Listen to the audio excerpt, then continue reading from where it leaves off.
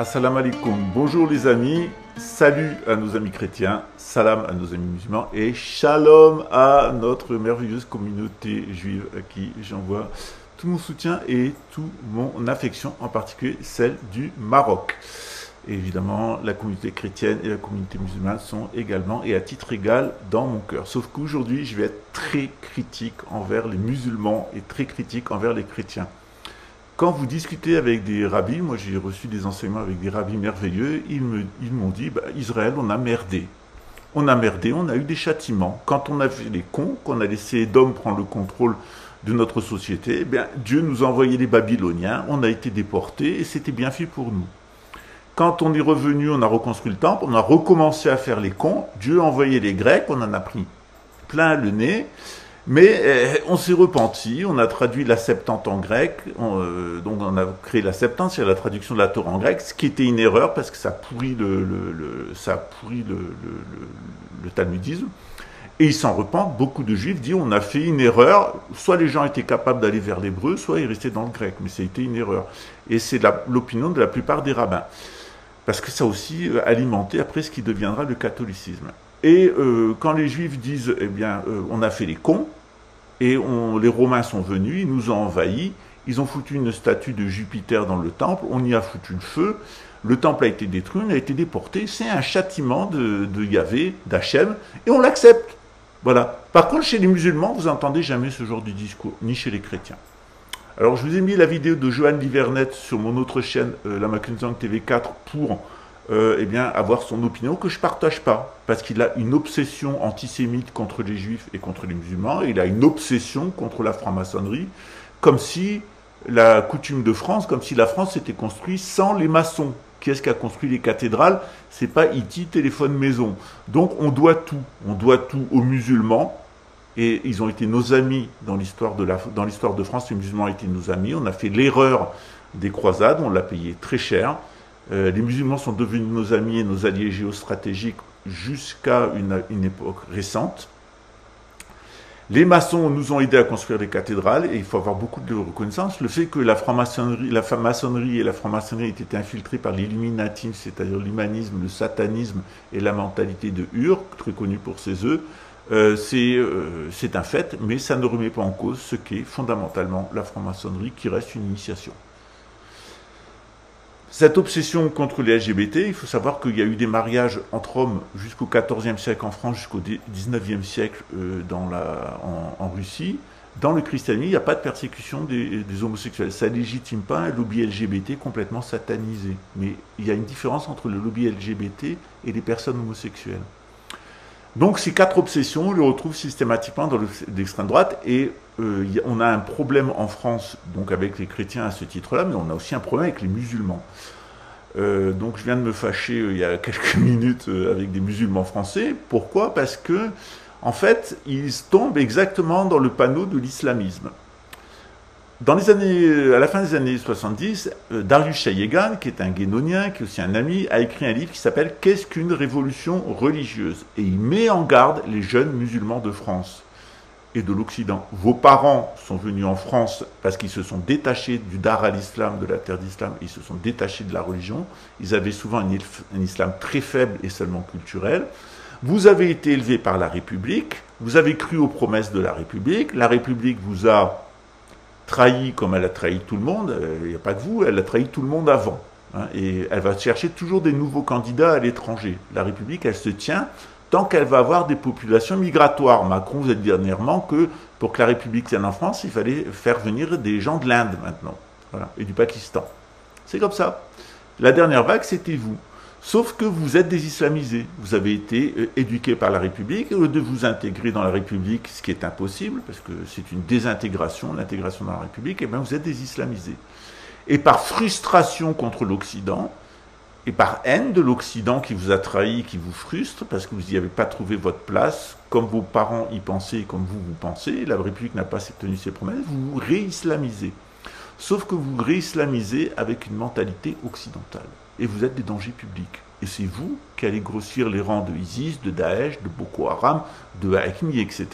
C'est tous ces musulmans de la deuxième ou de la troisième génération en France, dont les parents se sont lentement désislamisés culturellement, vous avez été complètement désislamisé et votre retour à l'islam, il est parodique. Et je vous en supplie, lisez le livre de Darius Shayegan, qui vous explique exactement votre situation. C'est-à-dire que vous êtes en train de refabriquer de l'islam, et un islam rigoriste et intégriste. Moi, je suis toujours surpris quand on rencontre des Français à l'université du Caire, ils sont plus rigoristes que les plus rigoristes des musulmans. Il y a un excès des convertis. On a la même chose dans le bouddhisme. Les nouveaux convertis au bouddhisme, ils veulent aller vivre au Tibet, ils veulent devenir plus tibétains que les Tibétains, mais on devient des petits bétains à fonctionner. Quelle est selon vous l'importance des rapports entre religion islamique, dans son ensemble comme dans l'individualité de ses confessions, et ce qu'on appelle le terrorisme, la guerre armée? Selon moi, la situation est telle que tant que la stratégie du terrorisme sera considérée comme une intervention alternative à la politique, à la diplomatie, c'est-à-dire comme l'une des armes possibles dans la politique internationale,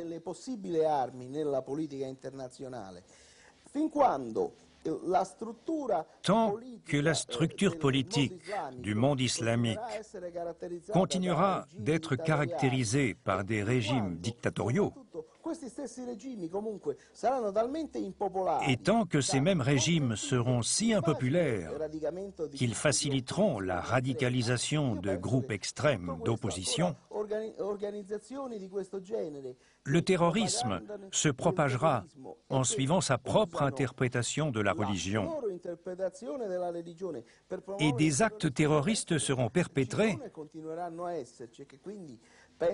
jusqu'à ce qu'un bouleversement radical brise ce lien de causalité. Mais le germe de la violence religieuse tend à proliférer, y compris dans les métropoles peuplées.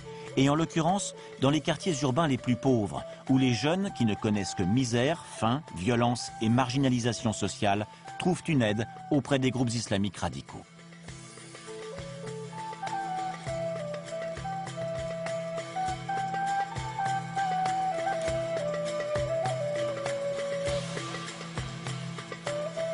Nous sommes en Égypte, dans la cité des morts, au nord du Caire. Un lieu difficilement accessible aux Occidentaux. Ici, dans l'immense cimetière datant de la fin du 19e siècle, vivent 1 million d'Égyptiens. Les tombes leur servent d'abri. Depuis des années, les autorités tentent en vain de déloger ces familles qui se sont enracinées autour de leurs propres écoles, crèches et pharmacies. Les mosquées, nombreuses, sont très fréquentées. Les gens ici vivent dans un état de semi-légalité favorisant le terrorisme. Dans cette zone, ont grandi plusieurs responsables égyptiens des attentats du 11 septembre 2001. Les frères musulmans proviennent souvent des campagnes, avant de venir vivre en ville, clandestinement, dans la cité des morts. Située dans le centre historique du Caire, l'université d'Al-Azhar est la plus ancienne et la plus célèbre du monde islamique. Notre guide insiste sur le fait que ces étudiants viennent du monde entier et nous explique que l'on exclut systématiquement les étudiants de confession chiite, suspectés d'entretenir des liens avec les milieux terroristes.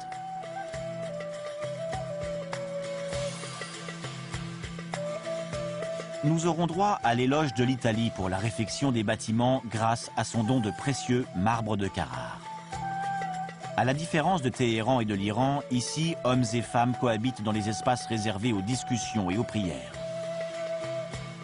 Cette université est la plus fréquentée par les Occidentaux, en particulier des Français, Allemands et Anglais convertis à l'islam et qui deviennent souvent les interprètes les plus rigides et les plus catégoriques des textes sacrés.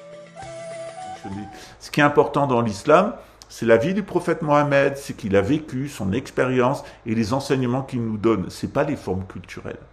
Et donc, à travers les événements de l'eschatologie, il y a beaucoup de jeunes musulmans qui ont la haine et qui disent « Ouais, on va avoir une revanche contre la France, on va avoir une revanche contre l'Amérique, on va avoir une revanche contre l'Occident qui nous a colonisés, qui nous a envahis. » Mais les musulmans, si vous aviez l'humilité des Juifs, vous comprendriez que si vous avez été envahis, d'abord par les Mongols avec Gengis Khan et ensuite par les Anglo-Saxons et la France, c'est parce que vous avez péché.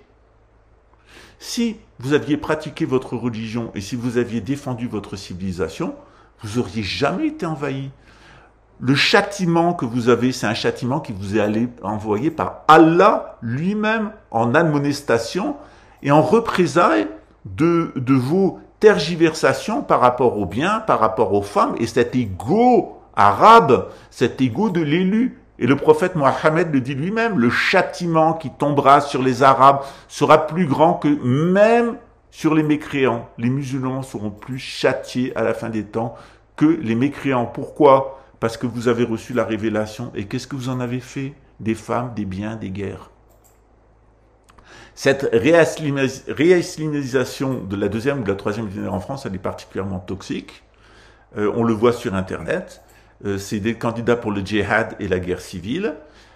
Sachez que la République va vous faire un joli cadeau, c'est-à-dire que les binationaux, pourquoi l'Algérie et le Maroc a demandé aux ressortissants de revenir au pays?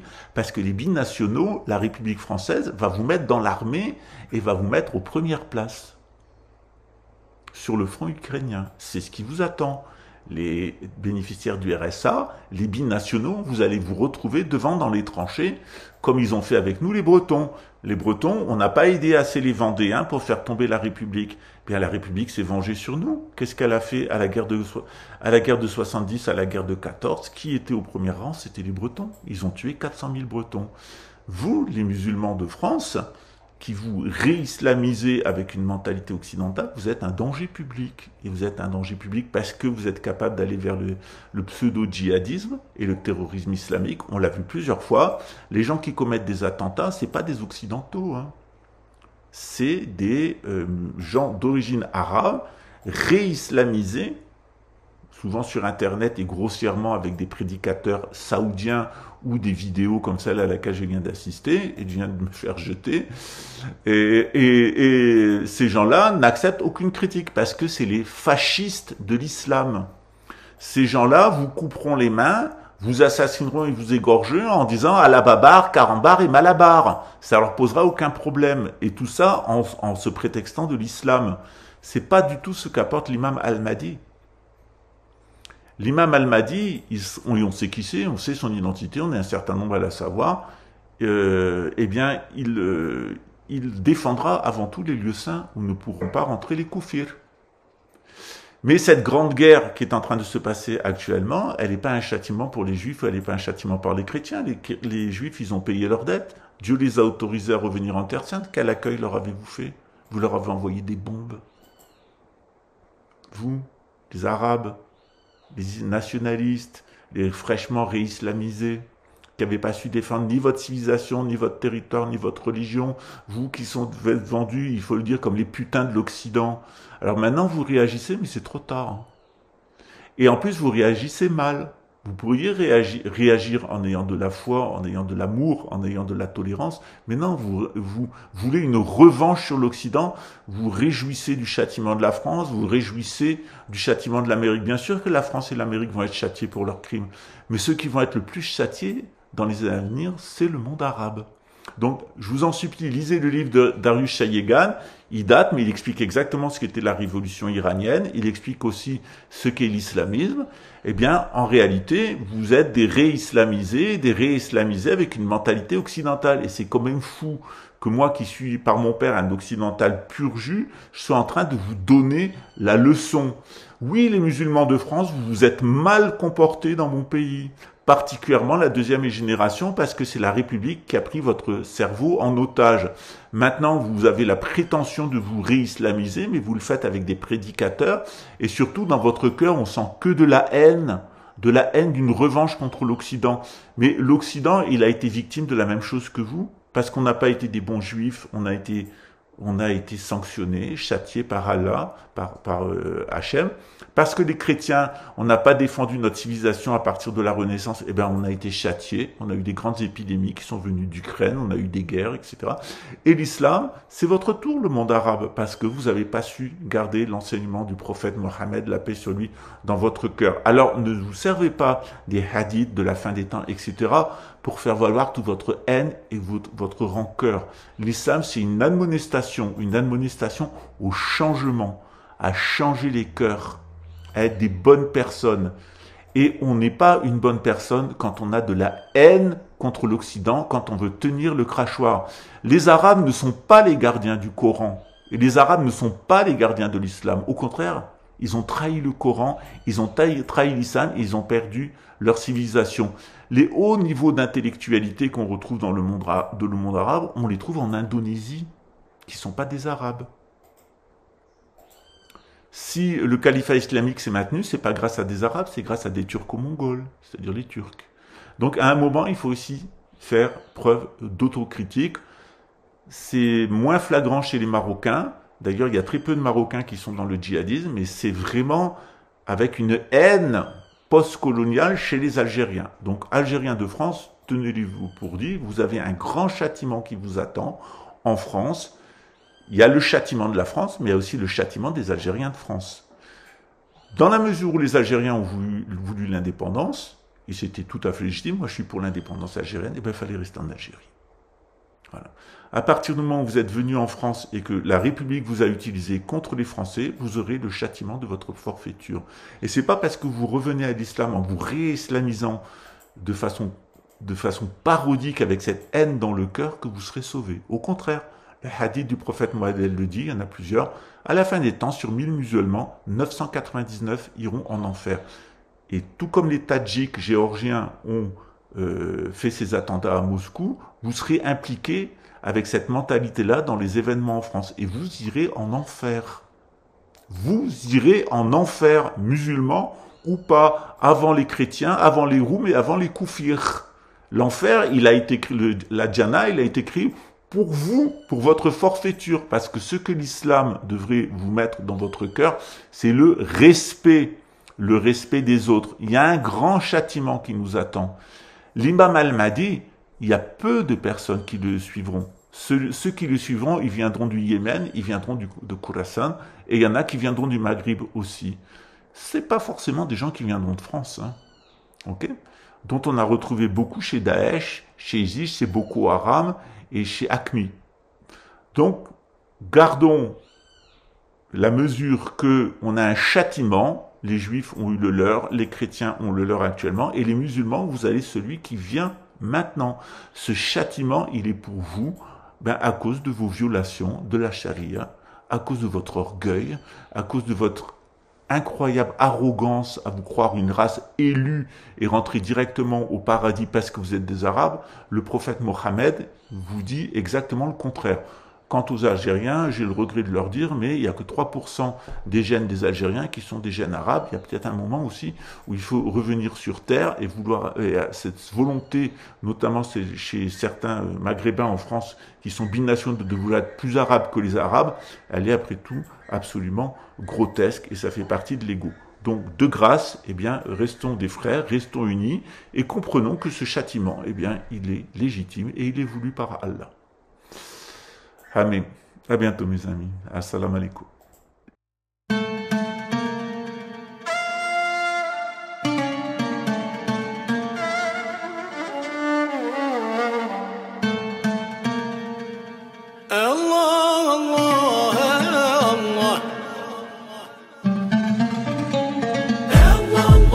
ما حدك انت حاضي ديما ربي يعطينا انا الملهي في ذنوبي والناس من اللي هي فيا خذ حقي يا ربي وانا نشوف بعيني يا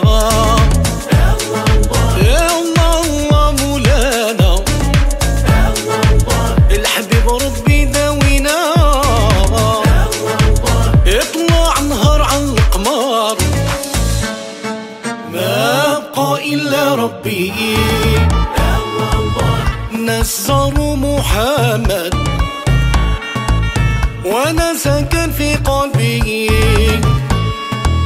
يا من لمني في هذا الحال بيعلو يشري مني ينبيع له بيع المحتاج اللي يجرب يعذرني انا الملي في ذنوبي والناس من اللي هي فيا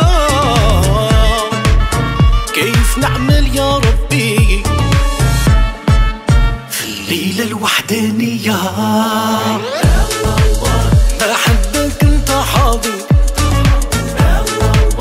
ديما ربي يعطينا انا الملهي في ذنوبي والناس ملي هي فيا خذ حقي يا ربي انا نشوف بعيني يا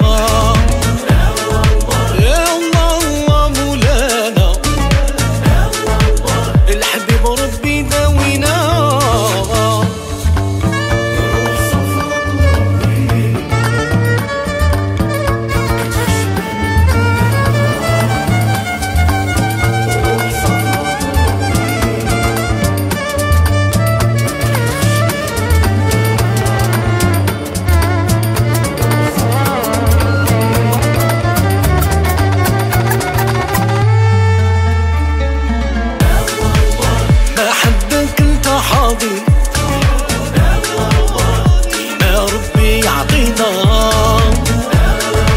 انا الملهي في ذنوبي والناس ملي هي فيا خذ حقي يا ربي وهنا نشوف بعيني يا روح صفرات ربي